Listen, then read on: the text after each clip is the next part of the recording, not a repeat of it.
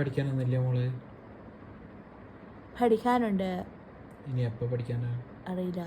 എഴുതാനുണ്ട്. എപ്പോൾ എഴുതാനാ അറിയില്ല. എഴുതാൻ എന്തൊക്കെയാണ് നാളെ സബ്മിറ്റ് ചെയ്യാൻ. നാളെ എന്താ സബ്മിറ്റ് ചെയ്യേണ്ടത്? നാളെ 2 യൂണിറ്റിൻ്റെ എഴുതിയിട്ട് സബ്മിറ്റ് ചെയ്യണം. വല്ലതും നടക്കുമോ? ഇല്ല. എന്നിട്ട് ചന്തു മാമിൻ്റെത് എഴുതാനുണ്ട്. പിന്നെ നാളെ എക്സാം ഉണ്ട്, യൂണിറ്റ് ടെസ്റ്റ് ഉണ്ട്. പിന്നെ ഒരു ഇൻഡിവിജ്വൽ പ്രസൻറ്റേഷൻ്റെ കണ്ടൻറ്റ് കുറച്ചും കൂടി കൂട്ടി എഴുതാനുണ്ട്. അങ്ങനെ എല്ലാം കൂടി എന്തൊക്കെയോ ഉണ്ട്.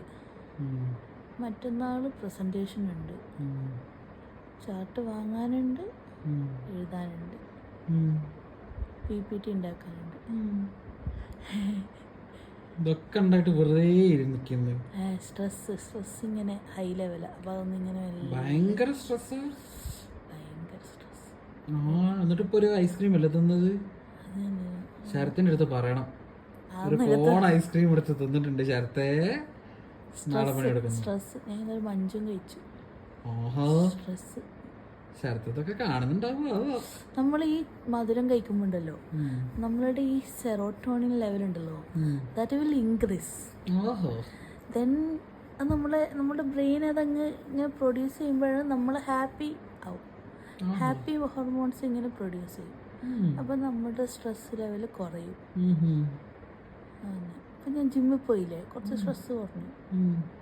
ബിക്കോസ് എന്താ?